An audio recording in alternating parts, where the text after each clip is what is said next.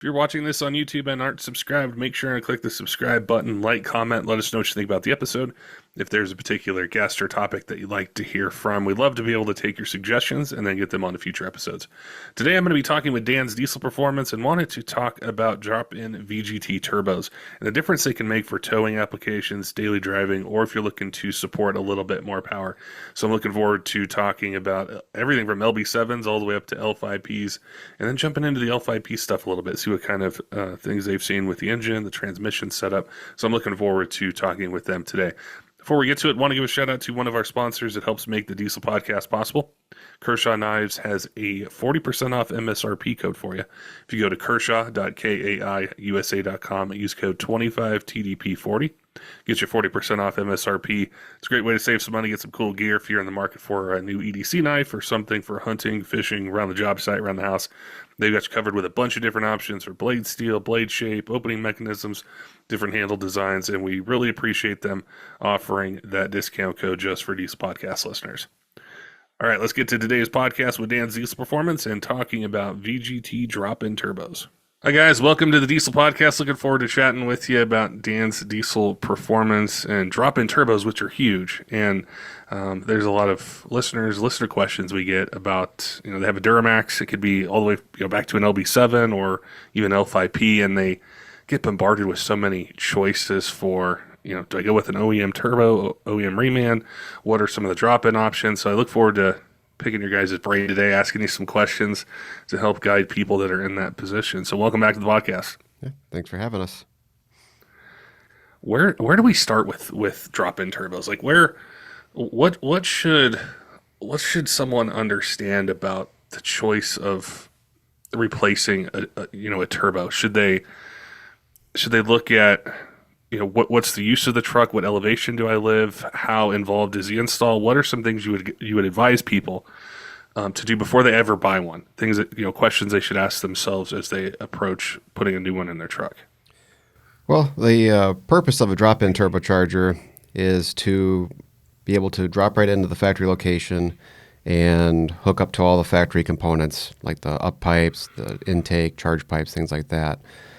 And as far as sizing the turbocharger goes, it's going to depend on what the customer is going to be doing with the truck.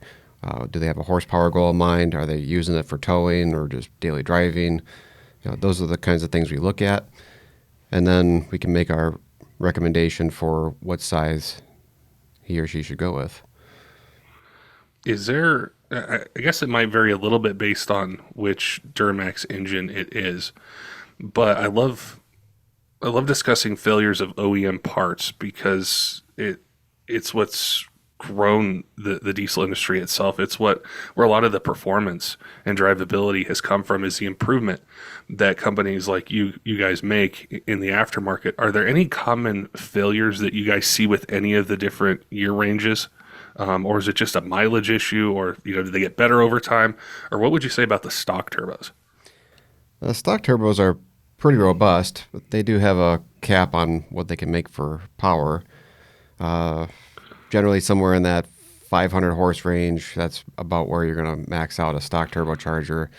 Above that, it's just moving a lot of hot air. So you're really working it pretty hard, spinning it really fast. And we do see guys overspeed them or melt them down just because they're pushing them beyond what they were capable of doing. But as far as stock failures, there really doesn't really want to see that many of them. A lot of it's just mileage; they just wear out, or if a guy doesn't change his air filter or has a leak in his air duct, could lead to dusting. If you have a boost leak, it could take the thrust bearing out. So those are some things that we tend to see. I think one of the common ones can be how easy it is with these trucks to add power, even for towing and daily driving. It's not hard to hit 500 horsepower or be in that range. And so I think a lot of the listeners that I come in contact with and I'm talking to, they're not necessarily looking to have a street truck or something with a lot of power. It's tuned. They might have an aftermarket lift pump, something like that. And it's so easy to hit that number that you just mentioned where you can start to damage the stock turbo and heat starts to build that I think that's where they fall into. It's a high 4, low 5s, kind of in that range, and they want to tow with it, and it's just the stock turbo isn't doing it anymore for them. And a lot of times, I'm sure every day you guys get this. Somebody has a truck like that, and they have a turbo failure, and it's something that they work, and it's so easy, I think, to just order up that OEM turbo, throw it on. It lasted me 150,000 miles. It's going to be good again. Can you talk about the issues that happen when you hit that 500, 530 horsepower mark right in there, and what a drop-in turbo like that you guys make, how it's able to flow more air, lower those EGTs, and still have that response that they need to get the trailer moving, maintain speeds, keep that drivability?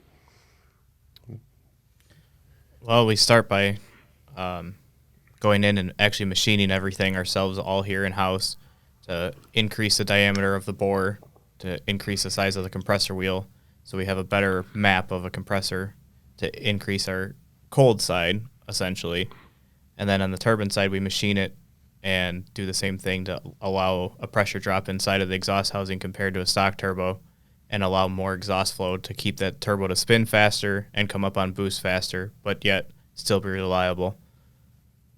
As far as the pressure that you just mentioned, is there a comparison that we can make, say,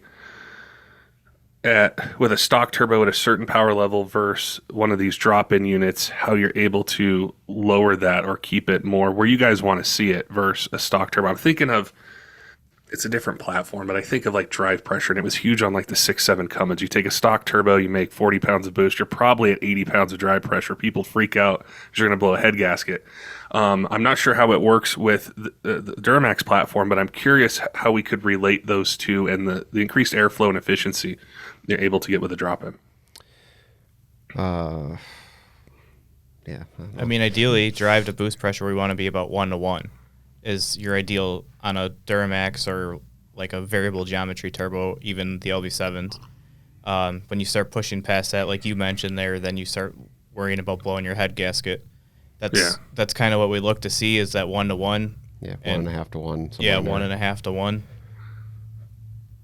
So if you're making 40 pounds of boost, you want to be about 40 pounds of drive pressure. And so that would be where the stock ones, when you're in that power range and you might push it sometimes, that stock one's just not going to be able to have that efficiency at that kind of power level. Right. Yeah. Right. In order to get 500 horse out of a stock turbocharger, it's got to spin really fast to move the CFM to make that horsepower. And due to the small compressor wheel and the way it's designed, it's going to superheat that air. So the intercooler has to work harder. The air is less dense. So you're not making as much horsepower as you could versus a turbocharger that's built to move that kind of air. The intercooler doesn't have to work as hard to cool it down, so the air is going to be more dense going in, and that will increase horsepower, lower EGTs. One of the things you mentioned last time I chatted with you, Dan, when you and Heather were on, is you had said on there that you would choose a VGT as a replacement in today's age with the technology that you guys have and the lineup that you have. And I'm thinking back to like the older trucks, like the LB7, LOI, even the LBZ. Like at that time or around that time, it was ditch the VGT, go with a fixed turbo. It's what's going to work. And I think people who have older trucks, they might find that content that's out there. They might find those forum posts on any number of Duramax forums that are out there where it says, throw in this 66 or 68 or go with this setup. Can you talk to me more about VGTs and what you're seeing like for data for performance, for reliability that gives them that quick low end response, but you have that airflow in the mid upper RPM range where it's a no-brainer to just do a VGT in 2025? Well, when it comes to VGT, it's nice that you can build the turbocharger to a large size and get it to drive and respond like a smaller size turbocharger. So you get the best of both worlds. We can get a turbo that spools up quick, down low, produces good low-end torque, and then as the RPM comes up, we can open those vanes up so the exhaust can flow through there and support higher horsepower. Back in the early days, you had guys are just taking stock turbochargers like your LLY or LBZ and putting a 10-blade turbine in it, a little bit larger compressor wheel, billet compressor, and that was your basic 63.5 or 64 millimeter. Then you had guys using like a 4094 platform to build like the 68 or a 72 off of, and I was never really a fan of how the 4094s were designed. I didn't think they spooled very well. If you wanted to tow it all, you didn't have any exhaust brake function at all, just the way the vane geometry was put together. So, we've always favored the GT37 platform up until a couple of years ago when we made some changes to our design. But yeah, that's Yeah. Has the in-house manufacturing allowed a ton more freedom of being able to say, I want to change this. I want to do some machine work here. This is how I can customize this drop into a level that I do like the performance. I do like the response. I do like that I can tow with it, that in the years past that really wasn't there. So the manufacturing has allowed the customization and tailoring these turbos exactly how Dan's Diesel Performance wants it. Yeah, there's a lot of what I would call cookie cutter turbochargers out there. Take a OEM turbocharger, tear it down, machine it, put larger guts in it, and put it back together. I don't. I mean, there's nothing wrong with that, but I look at some of the little things that were wrong with the OEM design, or we can improve upon OEM design by going with like new castings and change in design, things like that. So we can get larger turbines in without having interference issues with the vanes. We can improve exhaust flow, improve the bearing package, things like that. So the way we go about it is we're not limited to the OEM configuration. We can go beyond that and produce a better performing product and more reliable product. That's a really good point about like the architecture of a stock turbo and being limited by it. And you can only change so much before it's just not going to work. So that would limit the performance or the drivability or some of those areas you didn't like of a stock style turbo and driving. And kind of the next thing that I think about is like, how do you test them, or how do you come up with a new turbo, like a design, a different size? What do you guys go through when that idea pops in? Hey, we could do this, make it perform a little better. How does it all start? Well, it starts by Dan coming over and going, what do you think about this? And then it proceeds into, well, let's build it like this, or let's build it like that, and let's try this and try that. And then we throw it on our 2000, or a VGT at least, we throw it on our 05 LOI truck that's got a custom remote mount drop-in turbo on it for dyno testing. That way it's just easier to change it, and we're getting the most potential that we can out of that turbo on the dyno. What do you guys look for? Or like once you put it on there, I'm sure part of it is like how much power can this turbo support, but then there's these nuances of what's the response like at these lower RPMs.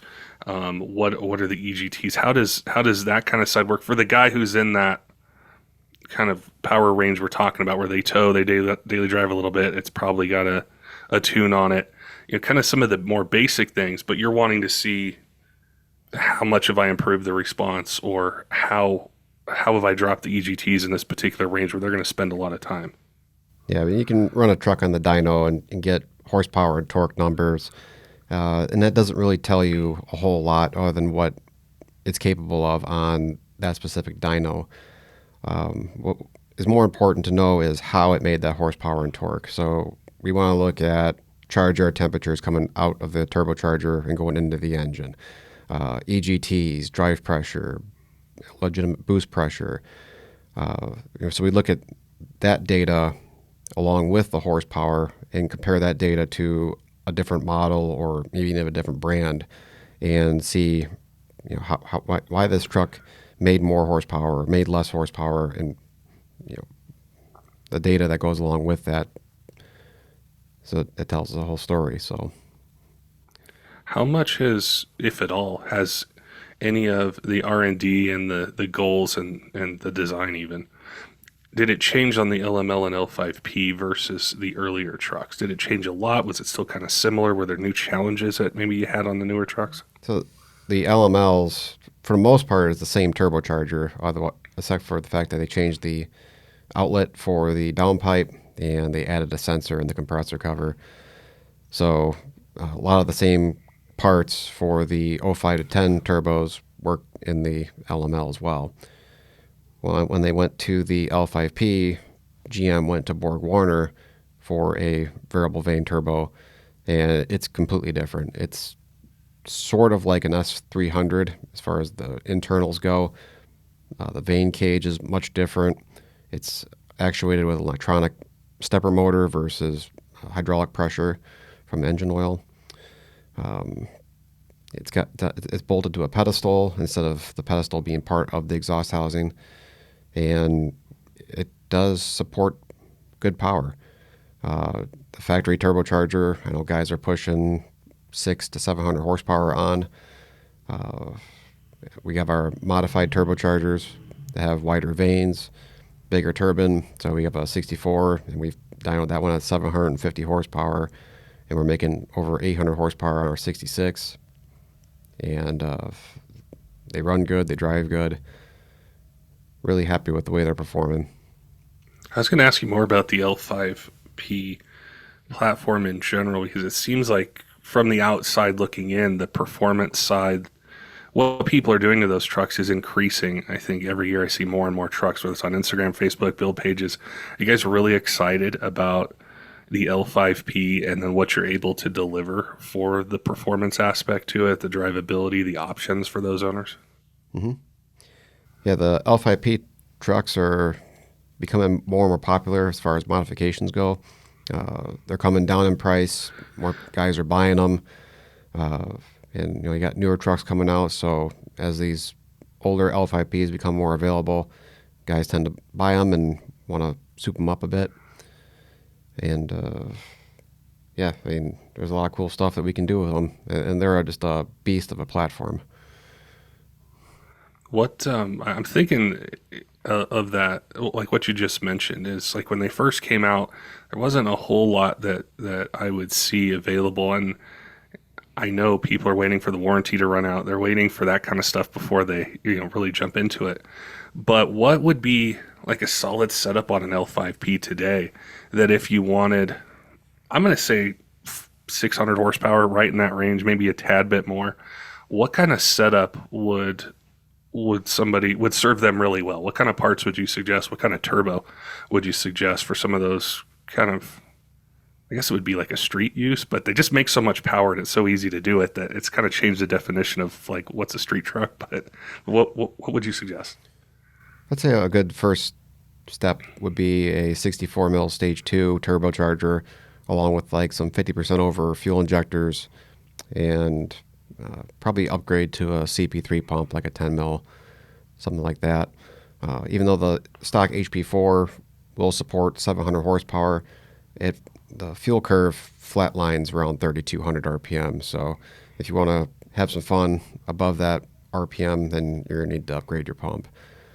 So that'd be a good first step package for air and fuel, along with doing the basic exhaust and intake, fast build trans, stuff like that. Yeah.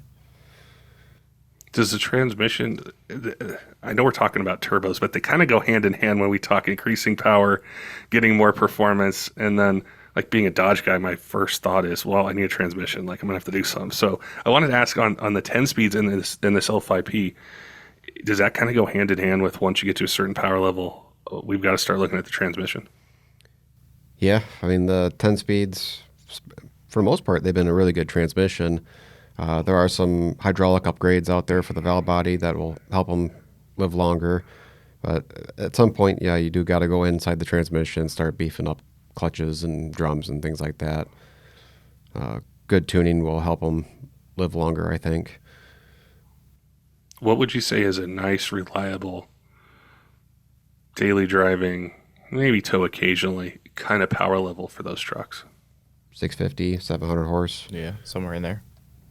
I wouldn't tow at 700 horsepower. You can always turn it down, but for a truck that you can just go out and have some fun with and then turn it down for work, I think that's a good number to build for. That's what's so cool with these newer trucks is the power level that you can get them to and have that reliable, good, solid power number that you can achieve, where in years past it used to be 500, maybe 550.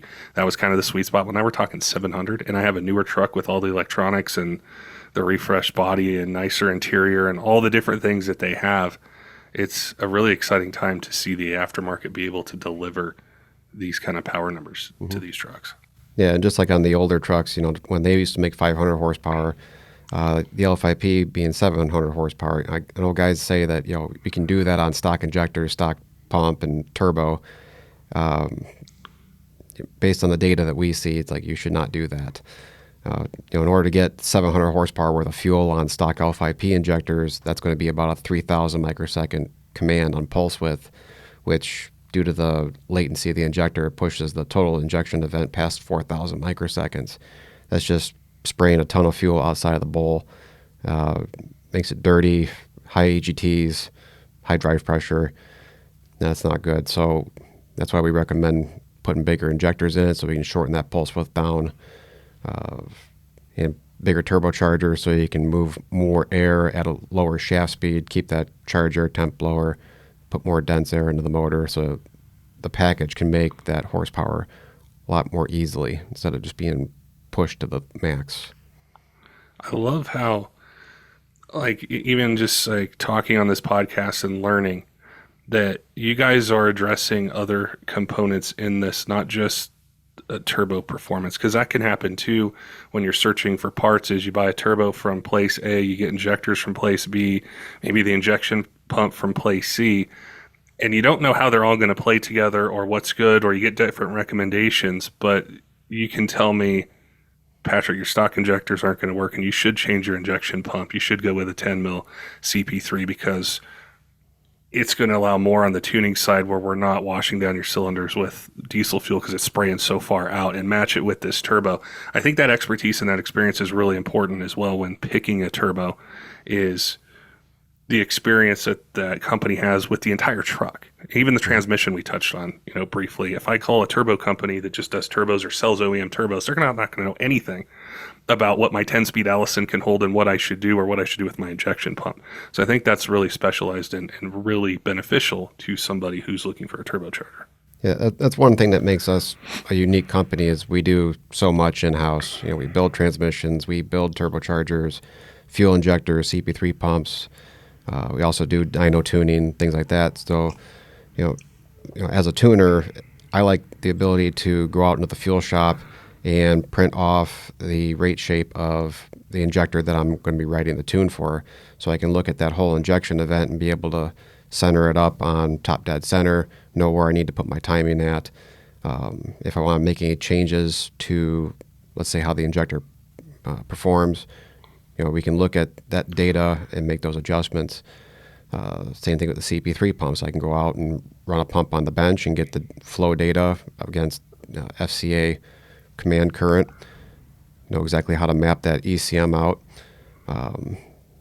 all that, along with being able to make the right recommendations to our customers. Guy wants 800 horsepower. I know exactly how much MM3 of fuel that we need to make that happen, and how many pounds per minute of air we need. So we can put together the right recipe, and when we give it to him and he puts it in his truck, we know exactly where he's supposed to be, as long as everything is set up right. Yeah, there's no guesswork in it. Right. It's just you have data to back it up. Mm-hmm. Yeah, I like the fact that when I look at MM3 numbers, like on our dyno, those numbers correlate very closely. So if I have a fuel injector making 200 MM3 at 1500 microseconds at 180 MPa, I can set that up in the tune and know that it's going to make 600 horsepower to the tires on the dyno within 5 or 10 horsepower. So that's very handy. With these trucks, and I think with the turbo choice, there's probably there's a lot of common questions you guys get. What would you say are like two, three, four common questions that you guys get that you wish maybe more people knew the answer to, or that you would like them to know when they're jumping on the website or calling you guys? It could be an LB7, LLY, LBZ, even an L5P like we were just chatting about. Well, we get What horsepower is this good for? Or how much horsepower am I going to make with this turbo? That's probably one of the biggest questions that we get. Mm-hmm. Or what do you rate it for? Yeah, there's that. What parts do I need to make my horsepower goal? We get people that will want like a small injector, and they give us a horsepower goal, and it's like, no, you want a much larger injector than that. We try to educate customers on duration and allowable burn time. You want to get the MM3 value within the burn window that you have at that RPM. Otherwise, you start spraying out the side of the bowl, the piston, creating heat and smoke. We get people that ask about reliability, what they can do to make sure they don't have any issues with product, whether it's a turbocharger or injectors. We'll recommend things to check, like boost test the system and remote feed lines, run a fast on your fuel system to filter the fuel, all sorts of little things. Would you say with the power number question, like how much can this turbo make?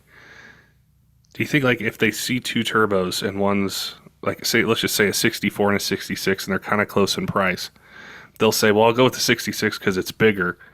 And you'd mentioned this a little bit before, Dan, on our last podcast about how this bigger turbo doesn't necessarily mean it's going to perform better for your use. You might not like certain parts of the RPM range because you're not fueling it correctly. It's not tuned for that setup.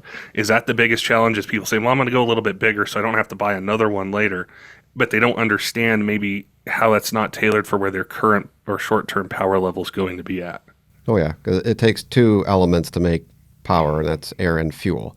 So if you're going to just throw a bigger turbocharger on thinking you're going to make a lot of horsepower, that's not the case. If it's tuned right, you probably won't pick up any horsepower at all.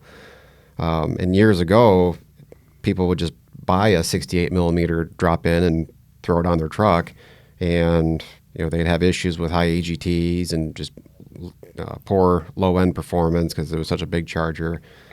So what we want to do is match the customer up with the turbocharger that's going to max out their horsepower goal. So if they want to be in that 650 horsepower range, we would recommend a 64 stage 2, and then probably some either 60% overs or even like 100% overs ideally, so they can get that horsepower at a lower duration.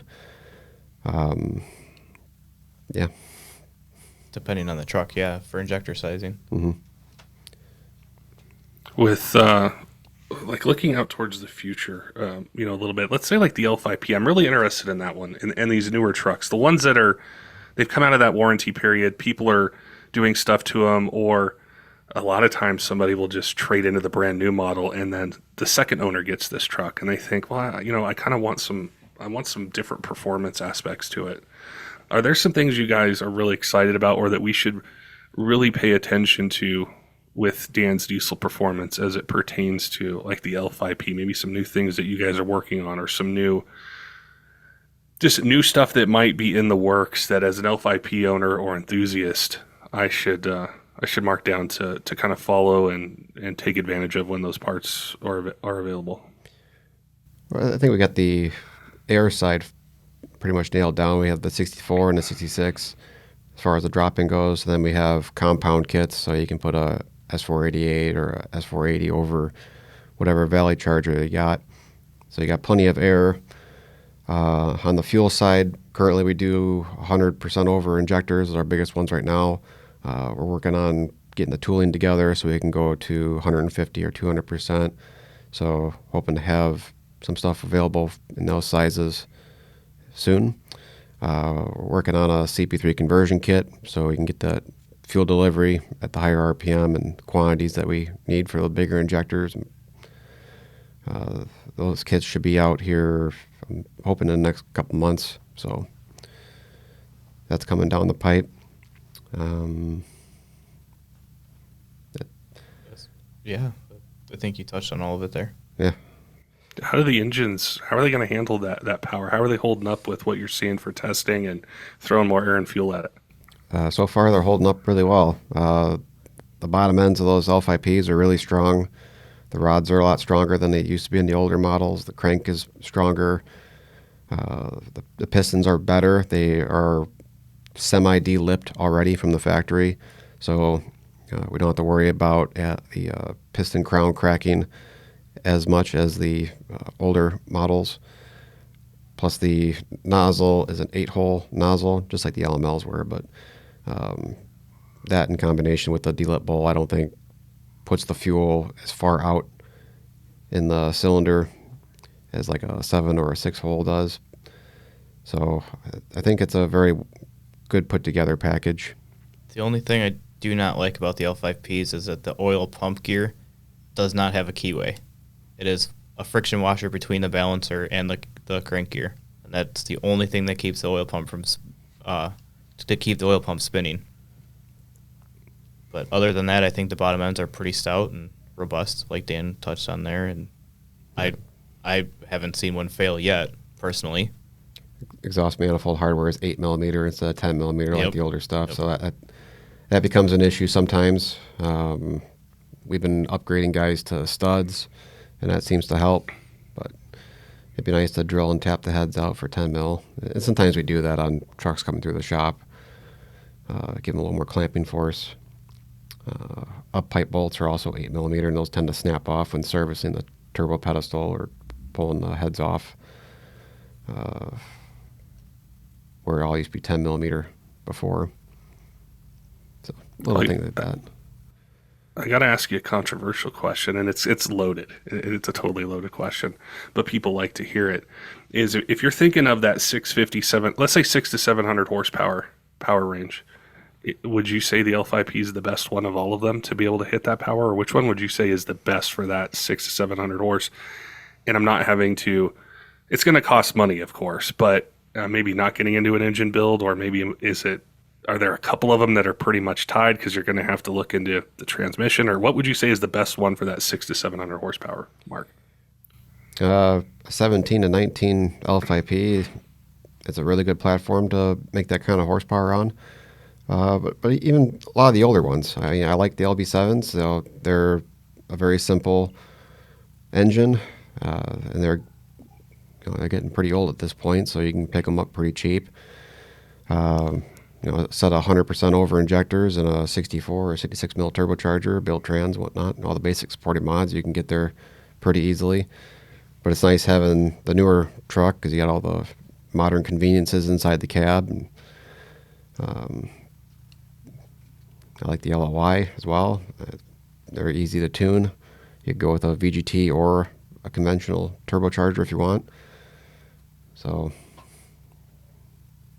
I think the hardest part for me when I think about it is it's really the interior and how much technology and nicer materials do I want versus how much simplicity do I value. Like when I think of having a Duramax or buying a Duramax, I think my first inclination's towards an LB7.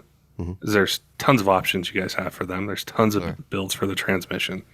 I do like how they look, but then you look inside of like a 27 to 19 truck, and it's like it's a whole different planet with the interior, the materials, all the stuff, and you get kind of stuck between, well, do I want newer, do I want older? And then people ask, well, which one's best? And it's hard to say which one's best because it depends what you value and how much you're willing to spend on it, as well. But I'm always curious from, a company that specializes in this, what they think. And I don't know if you guys get the question, but probably 2 or 3 times a week, someone will email in or send us a message on Instagram or something, and they'll say, "What's the best truck to buy?" And it's such a hard such a hard question to answer because I'm like, well, which do you like? How much do you want to spend? Where do you want to spend the money? Do you want to spend it on building your 5-speed Allison kind of right away and doing these other things, or do you want to spend it on, these other components in a truck? So I think it's a really exciting a really exciting platform. I love what's happening with the newer ones because I think that's where a lot of the market goes to is they want the technology, they want the materials, they want the comfort, but they also kind of want the performance too. They want to change some things with it. So it's good to see you guys leading that that way in them. And the turbo side's really exciting as well. I've been around this kind of for a while, so I remember when VGTs had a bad rap. You would do anything you could to take the VGT off your truck. Like that's what you wanted to do. But then you're losing the exhaust brake. The install's not as simple, which I love the install as well. I did want to ask you guys about that, like on a drop-in turbo. Is it something you could do in your garage with some friends or do it over a weekend? And, how simple is that install part? It's very simple. I just remove the air intake and disconnect your intercooler pipe and pull your down pipe off. Up pipes, Yeah, your up pipes. oil you got feed, undo. oil drain, Yep. and just pedestal bolts, and it comes right out. And drop the new one in with new gaskets and hardware. Nice and easy. Versus changing a down pipe, up pipes, pedestal, Oh, yeah. intercooler piping, do all that stuff. Yeah. And a lot of times, like with your smaller turbochargers, you don't necessarily need to get a tune update for it. The ECM has a desired boost map, and it's going to control the vane position to spin the turbo to the RPM that's going to move that air and make that pressure. So until you really want to push that turbocharger to its max potential, the stock turbo tune should do just fine. I did want to ask you about the turbos. I was on your guys' website. I think I was looking at LML, or maybe I think it was LMLs that I was looking at. And with the stages, like I saw the sizes. Like there's a 64 millimeter stage 1 and a 64 millimeter stage 2. I don't remember if like 66s did that as well. But as you go through the stages, what changes, if at all, or what's the difference between like a stage 1 and a stage 2 as I look at them? So the stage 1 64 is going to be pretty much a mild upgrade from a stock turbocharger. So you still have a 13 blade turbine, so you have that stock spool up feel, but you have a little bit more airflow to support more horsepower. But aside from that, between that and the stage 2, they're pretty much identical. The stage 2 will have a little bit larger turbine. You can get the 10 blade or the 9 blade, but same bearing package, same compressor wheel. For all argument's sakes, it's pretty much the same turbocharger aside for those couple minor differences. Then you get into the 66, the 68. The stage 2 at that point is just advertisement. So would it be something where, like you guys had mentioned before, kind of a power level range that I'm looking at, where that's where I'm going to separate the stage 1 versus stage 2. Which one I need would be that side of it. Yeah, stage 1 turbo from LB7 all the way through L5P, I would say is good for that 500 to 600 horsepower range. And if you want to go into that 650, 700 horsepower range, then go with a stage 2. Very cool. It's helpful to learn about this, and I know our Duramax listeners are really going to appreciate the information. One of the things I love every year, and I hear this, is somebody will like hear one of our podcasts with you, Dan, and then they'll see you guys out there at a track or at different events and things like that. I wanted to ask you, where are you guys planning to be this year? I know Heather likes to race her truck. I think you guys had a competition or have one kind of brewing between her truck and your truck, Dan. But where are you guys going to be this year for events and races? So we'll definitely have a booth down at UCC. We always have a big booth down there, so you can stop by and see us at that show. We're going to be down at Fastest Dyno Day coming up here, and we got some ideas. We might attend some other shows this year. I know Shides is in August. But as far as local stuff, we typically do all the Southwest Wisconsin pullers and Midwest tractor and truck puller classes in Wisconsin and northern parts of Illinois. Sometimes we do some ISP hooks as well. We have our open house dyno day coming up here on May 17th. So that's going to be pretty cool. Our plan to have a sled pull as well. So if you got a diesel truck and want to see what it does on the track. I'll bring it out and we'll hook it to the sled or put it on the dyno. Aside from that, I think that's about it for events that we've got on schedule so far. And that's May 17th for the open house dyno day? Yep. Yeah, that's at our dyno location in Roscoe, Illinois. How would people sign up for it if they want to? Do they like email in, or they go to your guys' Facebook page, or how do they do like a sign up for it? So as we get closer to the event, we're going to have a pre-registration link on our website. So it'll be first come, first serve there as far as sign up for the dyno. And then we'll probably have a different one for a sled pull as well. I think the plan is to have 4 different classes of trucks for that. Very cool. And how's your truck coming along, Dan? You had mentioned, I think it had some issue last year or something like that, and Heather was kind of giving you a rough time about it and how her truck performed. And I was curious how yours is coming along. Well, we haven't touched either one of them yet.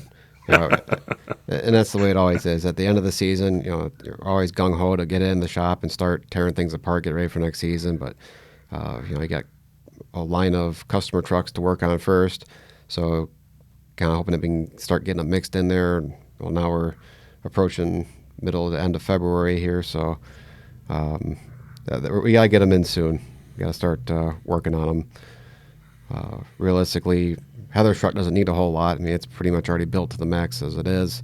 But my truck, the 05, we're going to put a budget-built motor in it so we can make the horsepower a little bit more reliably. Hopefully we don't have any more engine problems that sets it back and messes up the workflow.